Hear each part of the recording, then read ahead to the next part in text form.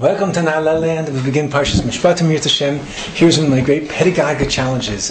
The mandate of this class, envisioned by the remarkable educators and pedagogues of Naaleh who want to bring you Torah classes of quality. How I ever got involved in this beats me.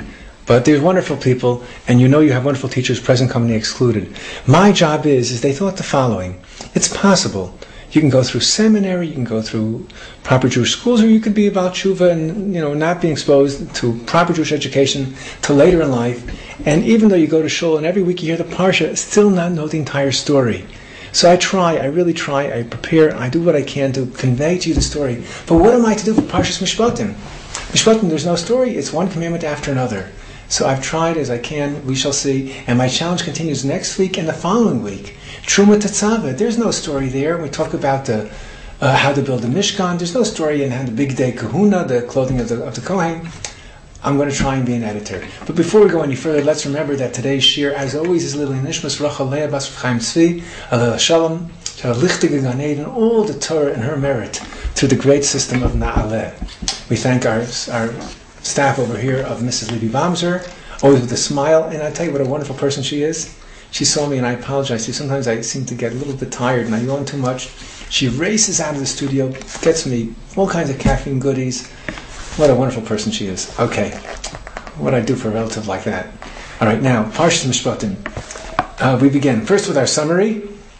And the reason I'm mentioning to you all the other people in Naaleh is like, even though Mrs. Bamser would prefer not to have it, all the other people also, they just prefer anonymity. But what a team. Okay, Parshas Mishpatim. Now there's many laws basic for the preservation of a civilized existence among Bnei Yisrael. The first group of laws promote the humane treatment of slaves. A Jew who is sold as a servant to make restitution for a theft must be set free after a maximum of 6 years of service. The law is that a Jew can become a slave for one of two reasons, as we shall see in Rashi. One of two reasons. Either because you stole and you have no money to pay for what you stole. See, in the Torah law, if you steal something, you have to pay for it. In secular law, you don't have to make restitution.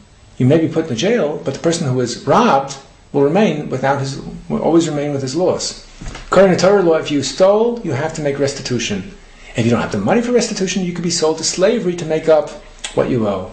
The second reason is that you're just so impoverished, you're in debt, and so the Torah doesn't have the concept of going bankrupt, and you just make bills with your plastic credit card, and afterwards you claim you're bankrupt, but you owe money, you have to pay for the money.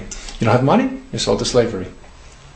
Okay, a Jew who is sold as a servant to make restitution for a theft must be set free after a maximum of 6 years of service.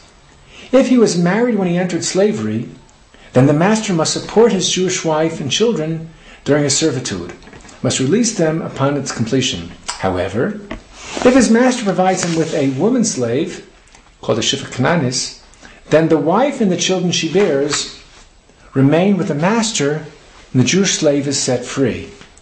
If the slave becomes so attached to his master and family that he insists upon remaining with them, after the years of servitude have expired, he makes a declaration to the effect before the judges, and the master pierces his ear against the door of the house with an awl, AWL. Then the slave remains in servitude until the year of the Yovel, which is the Jubilee, the 50th year. A man may sell his daughter to be a maidservant until she is 12 years old. If she displeases her master, she cannot be consigned to slavery in a foreign country. Rather, her relatives are allowed to redeem her from her master. If the son of the master marries her, she is to be treated as a freeborn Jewish woman. She cannot be denied her marital rights. If either the man or his son marries another woman, in which case she goes free. If a man strikes his non-Jewish slave and the slave dies, the master is punished according to the determination of the judges. If, however, the slave dies after a day or two, the master is not punished, for it is assumed that he did not intend to kill the slave. If, though, the slave master maims the slave, then the slave is freed immediately. The death penalty is imposed for the following crimes: willful murder, which really is what murder means, though when one causes a death accidentally, he can escape the vengeful survivors of the victim because he'll run to the city of refuge, the Ari Miklat. Where else do you get the death penalty? Well, if you don't know, pay attention to our parsha. Also for cursing a parent with the name of God, kidnapping, practicing witchcraft, practicing bestiality, and sacrificing to idols. Also, if you hit a parent and you cause a wound, you cause a bruise, if blood comes out, that's also the death penalty. The following are included among the other laws of torts. If one injures another during a fight, he's held responsible for the victim's loss of earnings, for his medical fees, as well as the compensating him in pain, embarrassment, and physical injury. That's another reason why Jews shouldn't be boxers.